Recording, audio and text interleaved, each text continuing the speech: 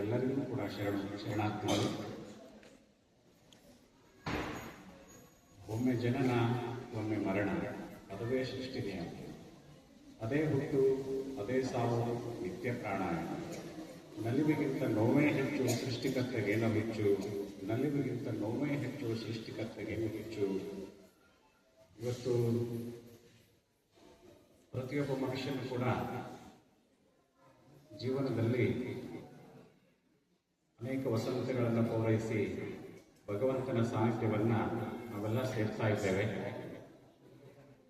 ವಿಶೇಷವಾಗಿ ಇವತ್ತು ನಾವು ಜನಿಸಿದ ದಿನವನ್ನು ಸಂಭ್ರಮಾಚರಣೆಯನ್ನು ಮಾಡಿ ಈ ಸಮಾಜಕ್ಕೆ ಒಂದಿಷ್ಟು ಒಳಿತಾಗಿರ್ತಕ್ಕಂಥ ಕಾರ್ಯಗಳನ್ನು ಮಾಡೋದರ ಮುಖಾಂತರವಾಗಿ ಅದನ್ನು ಸಾರ್ಥಕಗೊಳಿಸ್ತಕ್ಕಂಥ ಒಂದು ದಿನ. ಇವತ್ತು ಅಂಥ ನಿಟ್ಟಿನಲ್ಲಿ ಇವತ್ತು ಗ್ರಾಮೀಣ ಪ್ರದೇಶದಲ್ಲಿ ಸಾಮಾನ್ಯ ಮನೆತನದಲ್ಲಿ ಜನಿಸಿ ನಮ್ಮ ಡಾಕ್ಟರ್ ಬೊಮ್ಮನಹಳ್ಳಿ ಸರ್ ಅವರು ಇಷ್ಟು ದೊಡ್ಡ ಹುದ್ದೆಯನ್ನು ಅಲಂಕರಿಸಿ ಅವರು ಸಾಮಾಜಿಕವಾಗಿ ಇವತ್ತು ವೈದ್ಯಕೀಯವಾಗಿ ಸೇವೆಯನ್ನು ಸಲ್ಲಿಸ್ತಾ ಇರೋದನ್ನು ಕಂಡ್ರೆ ನನಗಂತೂ ಕೂಡ ಬಹಳಷ್ಟು ಖುಷಿಯಾಯಿತು. ಖಂಡಿತವಾಗಿಯೂ ಕೂಡ ಇಷ್ಟು ದೊಡ್ಡ ಅಧಿಕಾರಿಗಳು ಇಷ್ಟು ಸಿಂಪಲ್ ಆಗಿ ಇಷ್ಟು ಸರಳವಾಗಿರ್ತಾರೆ ಅಂತಕ್ಕಂಥದ್ದನ್ನು ನಾನು ನೋಡಿದ್ದು ನಮ್ಮ ಬೊಮ್ಮನಹಳ್ಳಿ ಸರ್ ಮುಖಾಂತರ ಹೊರಗೆ ಅಂತಕ್ಕಂಥದ್ದನ್ನು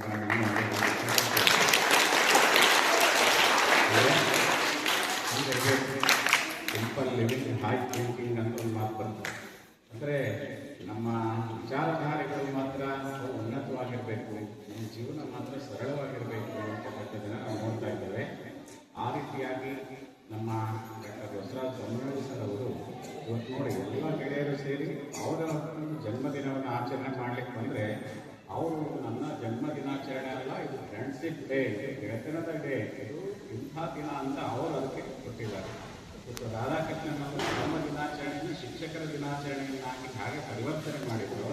ಹಾಗೆ ಎಲ್ಲ ಗೆಳೆಯರು ಸೇರಿ ಅವರಿಗೆ ಒಂದು ದಿನವನ್ನು ಮೀಸಲಾಗಿಟ್ಟರೆ ಅವರು ಆ ದಿನವನ್ನು ಗೆಳೆಯರಿಗಾಗಿ ಮೀಸಲಾಗಿರ್ತಾ ಇದ್ದಾರಪ್ಪ ಅಂತ ಕೇಳಿದ್ರೆ ಒಂದು ಗೆಳೆತನಕ್ಕೆ ಬಹಳಷ್ಟು ತಲೆ ಕಟ್ಟಿ ಆಗಿರ್ತಕ್ಕಂಥ ಒಂದು ಮಹತ್ವವನ್ನು ತಂದುಕೊಟ್ಟಿದ್ದಾರೆ.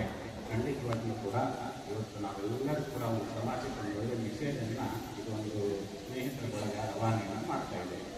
ಹಿಂಗೆ ಇರಬೇಕಪ್ಪ ನಾವು ಸಮಾಜದಲ್ಲಿ ಅಂತಕ್ಕಂಥದ್ದನ್ನು ಇವತ್ತು ಯಾವುದೇ ಒಂದು ಗೆಳೆಯನ ಹುಟ್ಟುಹಬ್ಬವನ್ನು 5 ಸ್ಟಾರ್ 3 ಸ್ಟಾರ್ 7 ಸ್ಟಾರ್ ಇಂಥಲ್ಲಿ ಆಚರಣೆ ಮಾಡಿಕೊಂಡು ಏನೆಲ್ಲ ಮಾಡ್ತಾ ಇದ್ದಾರೆ. ಆದರೆ ಆ ಎಲ್ಲ ಸ್ಟಾರ್ಗಳಿಗಿಂತಲೂ ಕೂಡ ಇಲ್ಲೊಂದು ಏನು 300 ಸ್ಟಾರ್ ಅದಾವಲ್ಲ, ಇದನ್ನು 100 ಮುಂದೆ ನಾವು ಮಾಡಬೇಕಾದ್ರೆ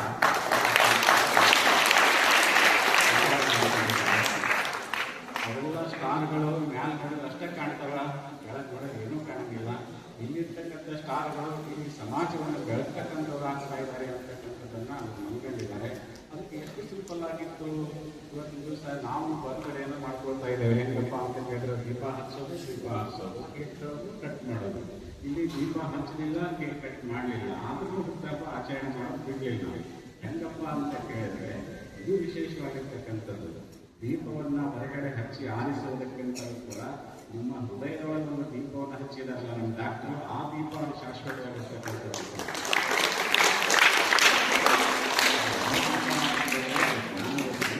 ಒಪ್ಪಿಸಿದ್ದಾರೆ ಅಂದರೆ ಇವತ್ತು 2 ಮಕ್ಕಳನ್ನು ದತ್ತಕ್ಕೆ ತೆಗೆದುಕೊಂಡು ಆ ಮಕ್ಕಳ ಬಾಳಿಗೆ ಬೆಳಕಾಗ್ತಕ್ಕಂಥ ಕೆಲಸವನ್ನು ಮಾಡಿದಾರಲ್ಲ, ಅಂತೂ ದೀಪವನ್ನು ಹಚ್ಚಿಲ್ಲಪ್ಪ ಅಂತ ನನಗೆ ಅನಿಸ್ತಾ ಇದೆ.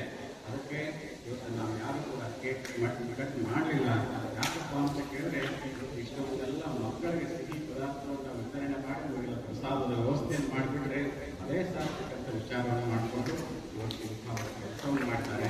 ಖಂಡಿತವಾಗಿ ನಾವು ಸಂತೋಷವನ್ನು ಖುಷಿಯನ್ನು ತಂದುಕೊಳ್ತಕ್ಕಂಥ ವಿಚಾರ. ಆ ನಮ್ಮ ರೈತರಿಗೆ ಇವತ್ತು 49ನೇ ಹುಟ್ಟುಹಬ್ಬ. ಇದು ಮುಂದಿನ ವರ್ಷಕ್ಕೇ ಅವರು 50ನೇ ವರ್ಷಕ್ಕೆ ಪಾದಾರ್ಪಣೆಯನ್ನು ಮಾಡ್ತಾ ಇದ್ದಾರೆ. ಅದಕ್ಕೆ ಇದು ಸಿಲ್ವರ್ ಜೂಬ್ಲಿ ಗೋಲ್ಡನ್ ಜೂಬ್ಲಿ ಆಗ್ತಾ ಇದೆ ಮುಂದಿನ ವರ್ಷಕ್ಕೆ. ಅಷ್ಟು ವಿಜೃಂಭಣೆಯಿಂದ ಮುಂದಿನ ವರ್ಷ ಮಾಡೋಣ ಮತ್ತು ನಾವು ಕೂಡ ಇರ್ತೇವೆ ಅಂತ ತಿಳಿಸಿ ಇದು 49 ಬೇಗ 50 ಆಗಲಿ, 50 ಶತಮಾನೋತ್ಸವ ಆಚರಣೆ ಮಾಡುವಷ್ಟು ಭಗವಂತವರಿಗೆ ಆಯುಷ್ಯವನ್ನು ಕೊಡಲಿ ಅಂತ ತಿಳ್ಕೊಂಡು ಈ ಸಂದರ್ಭದಲ್ಲಿ ನಾನು ಹೃದಯದಲ್ಲಿ ಹಾರೈಸ್ತಾ ಇದ್ದೇನೆ. ಅಂತಹ ವೈದ್ಯರು ಚೆನ್ನಾಗಿದ್ದಪ್ಪ ಅಂತ ಕೇಳಿದ್ರೆ ಸಮಾಜದಲ್ಲಿ ಸ್ವಸ್ಥವಾಗಿರ್ತಕ್ಕಂಥ ಆರೋಗ್ಯ ಸಿಗಲಿಕ್ಕೆ ಸಾಧ್ಯವಾಗ್ತಾ ಇದೆ.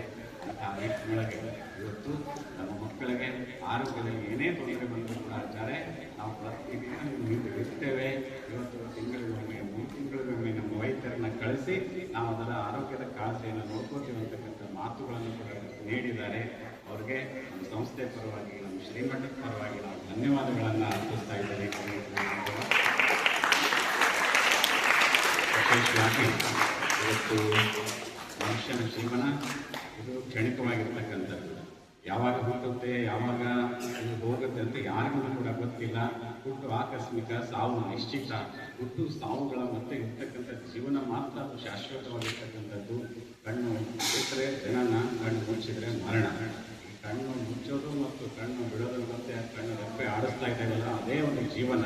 ಅದಕ್ಕಂಥ ಜೀವನವನ್ನು ನಾವು ಹೇಗೆ ನಿಭಾಯಿಸ್ತೀವಿ ಅಂತಕ್ಕಂಥದ್ದು ಬಹಳ ಮುಖ್ಯ. ಪರೋಪಕಾರಾಯ ಫಲಂತಿ ವೃಕ್ಷಾಃ, ಪರೋಪಕಾರಾಯ ದುಹಂತಿ ಗಾವಾಃ, ಪರೋಪಕಾರಾಯ ವಹಂತಿ ಗಾವಾಃ, ಪರೋಪಕಾರಾರ್ಥಂ ಇದಂ ಶರೀರಂ ಅಂತಕ್ಕಂಥ ಒಂದು ಮಾತು ಬರ್ತದೆ. ಅಂದರೆ ಇವತ್ತು ಗಿಡ ಮರಗಳು ಹಣ್ಣನ್ನು ಪರೋಪಕಾರಕ್ಕಾಗಿಯೇ ಕೊಡ್ತಾ ಇದ್ದಾವೆ, ನದಿಗಳು ಮತ್ತು ಪರೋಪಕಾರಕ್ಕಾಗಿಯೇ ಹರಿತಾ ಇದ್ದಾವೆ. ಹಾಗೆಯೇ ಆಕಳು ಹಾಲು ಕೊಡೋದು ಮತ್ತೊಬ್ಬರಿಗಾಗಿಯೇ ಹಾಲನ್ನು ಕೊಡ್ತಾ ಇದೆ. ಹಾಗಾದ್ರೆ ನಮ್ಮ ಜೀವನವೂ ಕೂಡ ಪರೋಪಕಾರಕ್ಕಾಗಿ ಒಂದು ಸ್ವಲ್ಪ ಇರಬೇಕು ಅಂತಕ್ಕಂಥ ಮಾತುಗಳನ್ನು ಹೇಳ್ತಾ ಇದ್ದಾರೆ. ಏನೂ ಅರಿಯದೇ ಇರ್ತಕ್ಕಂಥ ಆ ವಸ್ತುಗಳು ಪರೋಪಕಾರಕ್ಕಾಗಿ ಮಾಡ್ತಾ ಇದ್ದಾವೆ. ಭಗವಂತ ನಮ್ಗೆ ಇಷ್ಟೆಲ್ಲ ಜ್ಞಾನವನ್ನು ಕೊಟ್ಟಿದೆಯಾ, ಹಾಗಾದರೆ ನಾನು ಕೂಡ ಒಂದಿಷ್ಟು ಪರೋಪಕಾರದ ಸೇವೆಯನ್ನು ಮಾಡಬೇಕಂದ್ರೆ ನಿಟ್ಟಿನೊಳಗೆ ಅವ್ರ ಗೆಳೆಯರು ಹಾಗೆ ನಮ್ಮ ಡಾಕ್ಟ್ರು ಎಲ್ಲರೂ ಸೇರಿ ದಿವಸ ನೋಡಿ. ಹೋದ ವರ್ಷ ಇವತ್ತು ಲಕ್ಷ್ಮೇಶ್ವರದ ಬುದ್ಧಿ ಮಾತೆ ಒಂದು ಮಕ್ಕಳ ಶಾಲೆಯಲ್ಲಿ ಆಚರಣೆಯನ್ನು ಮಾಡಿದರು.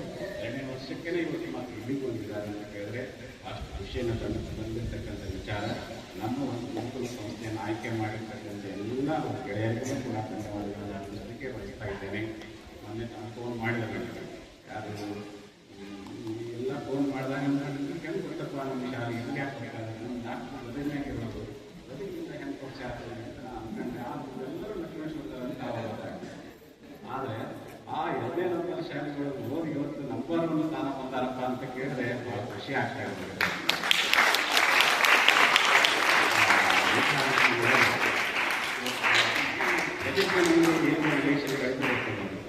ಇವತ್ತು ಗದಗಿನವರೇ ಸುಮಾರು ಲೈನ್ಸ್ ಕ್ಲಬ್ ಅವರು ಇವರು ಎಲ್ಲ ಎಲ್ಲ 1.5 ಲಕ್ಷ ರೂಪಾಯಿ ಖರ್ಚು ಮಾಡಿ ಬಣ್ಣ ತಂದ್ರೆ ಮತ್ತು ಲೇಬರ್ ಕಳಿಸ್ಕೊಟ್ಟಾರೆ. ನಮ್ಮ H Patil naturopathy hospital doctor Satish Hombale ಅಂತ ಹೇಳ್ತಾರೆ. ಅವರು ಎಲ್ಲ ಅಭಿಮಾನಿಗಳನ್ನು ಇಲ್ಲೇ ಕಳಿಸ್ಕೊಡ್ತಾ ಇದ್ದಾರೆ. ಮೊನ್ನೆ ಲೈನ್ಸ್ ಕ್ಲಬ್ ಅವರ ಅಭಿಮಾನಿಗಳೆಲ್ಲ 7 ಮಕ್ಕಳನ್ನು ದತ್ತಕ್ಕೆ ತಗೊಂಡು ಇಲ್ಲಿ ಪ್ರಸಾದ ಮಾಡಿಸ್ಕೊಂಡಿದ್ರು. ಅವರು ಕೂಡ ಗದಗಿನವರೇ ಅಂತ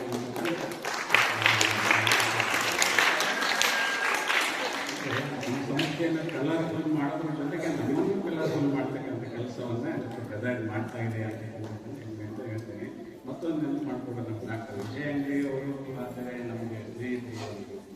ಅವರು ಸುಮಾರು 16 ವರ್ಷಗಳಲ್ಲಿ ಕೂಡ ಅವ್ರ ಮಗನನ್ನು ಅವ್ರ ಮಗನ ಜೊತೆಗೆ ಒಂದು ಮಗನನ್ನು ಓದಿಸ್ತಾ ಇರ್ತಕ್ಕ ಕೆಲಸವನ್ನು ಮಾಡ್ತಾ ಇದ್ದಾರೆ. ಅದಕ್ಕೆ ನಾವು ನೋಡಿದ್ರೆ ಗದಗ ಜಿಲ್ಲೆ ಅಲ್ಲ, ಅವ್ರ ತಾಲೂಕಲ್ಲ, ನಾವು ಈ ಕಡೆ ಹಾವೇರಿಯವರು. ಆದರೂ ಕೂಡ ಇವತ್ತು ಇಷ್ಟೊಂದು ನಮ್ಮ ಹಳ್ಳಿಯಲ್ಲಿ ಇರತಕ್ಕಂಥ ಗ್ರಾಮೀಣ ಪ್ರದೇಶದ ಮಕ್ಕಳನ್ನು ಹಿಡಿದುಕೊಂಡು ಬಂದು ಸೇವೆಯನ್ನು ಸಲ್ಲಿಸ್ತಾ ಇದ್ದಾರೆ ಅಂತ ಕೇಳಿದ್ರೆ ಇದು ಖಂಡಿತ ಅವಿಸ್ಮರಣೀಯವಾಗಿರ್ತಕ್ಕಂಥ ದಿನಗಳು. ಅದಕ್ಕೆ ಅವರೆಲ್ಲ ಸ್ನೇಹಿತರಿಗೆ, ನಮ್ಮ ಡಾಕ್ಟರ್ಗೆ ಭಗವಂತ ಒಳ್ಳೆಯದನ್ನು ಮಾಡಿ ಅಂತ ತಿಳ್ಕೊಂಡು ಹಾರೈಸಿ. ಯಾಕಂದರೆ ಗೆಳತನ ಅಂತ ಹಾಗೇನೆ ಈ ಪ್ರೀತಿ ಹರಿಪಲ್ಯ ಮಾಡಿ ಗಾಳಿಯಾಗ ದೂರಲಿ ಗಾಳಿಗೆ ಹಿಡಿದು ಗೆಡಿಗಾಗ ತುಂಬಿ ಕಲ್ಲಿಗೆ ಏರಲೇನ, ಚೀಲಕ್ಕೆ ಹಾಕಿ ಕಚ್ಚಪಚ್ಚನೆ ತುಳಿದು ಬಾಯಿಯ ಬಲಿಯಲೇನ ಅಂತ ಕವಿ ಹೇಳ್ತಾ ಇದ್ದಾನೆ. ಆ ಪ್ರೀತಿಯನ್ನು ಎಷ್ಟು ಕೊಟ್ಟರು ಅದು ಮುಗಿಯೋದಲ್ಲ, ಎಷ್ಟು ಹೇಳಿದ್ರು ಕೂಡ ಸವಿಯೋದಲ್ಲ ಅಂತ ಒಂದು ಆಗ್ತಾ ಇದೆ. ಅದು ನೀವು ಹೆಂಗೆ ಹೋಗಿದ್ರೆ ಹಾಗೆ ನಾವು ಕೂಡ ನೀವು ಒಂದೇ ವರ್ಷ ಮುಂದೆ ಅಂತ ಕಾಣ್ತದೆ. ನಮ್ಮದು 48ನೇ ಅಂತಪ್ಪ, ನಾವು 48 ನಮ್ಮ ಬ್ಯಾಚ್ನವರು ಮತ್ತೆ ಒಂದು ಗುರುವಂದನ ಕಾರ್ಯಕ್ರಮವನ್ನು ಮಾಡಿದ್ವಿ. ಅವಾಗ ನಾವೆಲ್ಲ ಸಿಕ್ವಿ.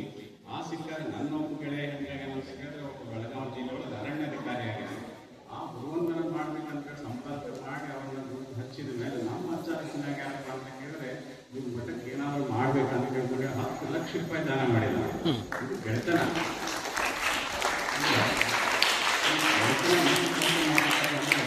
ನಾವೆಲ್ಲ ಸುಮ್ಮನೆ ಹೈಸ್ಕೂಲ್ ಪ್ರೈಮರಿ ಕಲಿಯುವಾಗ ಹೋಗ್ತೇವೆ, ನಾವು ಬದುಕು ಕಟ್ಕೊಳ್ಳೋಕ್ಕೆಲ್ಲ ಹೋಗ್ಬಿಟ್ಟಿರ್ತೇವೆ. ಆದ್ರೆ ಮುಂದೆ ನಾವು ಇವರು ಕಲ್ತವರು ಅನ್ನೋದೊಂದು ಗೊತ್ತಾದ ಮೇಲೆ ಇಷ್ಟೆಲ್ಲ ಅಭಿಮಾನ ಹೆಚ್ಚುತ್ತದೆ.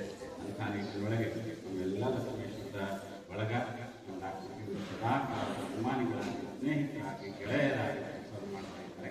ಹಾಗೆಯೇ ಇವತ್ತೆಲ್ಲ ಒಂದು ಅಭಿಮಾನಕ್ಕೆ, ಪ್ರೀತಿಗೆ ಸೋತು ಎಲ್ಲ ಕೆಲಸ ಕಾರ್ಯಗಳನ್ನು ಬಿಟ್ಟು ಇಲ್ಲಿಗೆ ಬಂದು ಮತ್ತು ನಮ್ಮ ಹುಡುಗರು ತಗೊಂಡು ಅವ್ರ ಜೊತೆಗೆ ಇರ್ತಕ್ಕಂಥ ಡಾಕ್ಟರ್ಗೆ ಶುಭವನ್ನು ಹರಿಸಿ ಇವತ್ತಿನ ಜೊತೆಗೆ ನಮ್ಮ ಡಾಕ್ಟರ್ ಮಣಿಯವರು ಕೂಡ ಬರಬೇಕಾಗಿತ್ತು. ಅವ್ರಿಗೂ ಕೂಡ ಇಲ್ಲಿಂದಲೇ ನಾವು ಶುಭವನ್ನು ಹರಿಸ್ತಾ ಇದ್ದಾರೆ.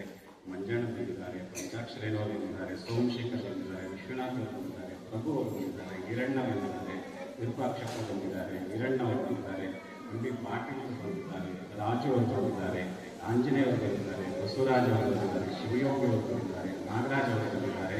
ಇದೆಲ್ಲರೂ ಕೂಡ ಇವತ್ತು ಯಾವ ಶಿಕ್ಷಕರಾಗಿದ್ದಾರೆ, ಇವತ್ತಿನ ದಿವಸ ಒಳ್ಳೆಯ ವ್ಯಾಪಾರಸ್ಥರಾಗಿದ್ದಾರೆ, ವರ್ತಕರಾಗಿದ್ದಾರೆ. ಮಂಜಣ್ಣರು ಸಂಗೀತ ಶಾಲೆಯನ್ನು ನಡೆಸ್ತಾ ಇದ್ದಾರೆ. ಅವರು बाहर जगत में अंधा दिखता है, अंदर प्रपंच में सुंदर दिखता है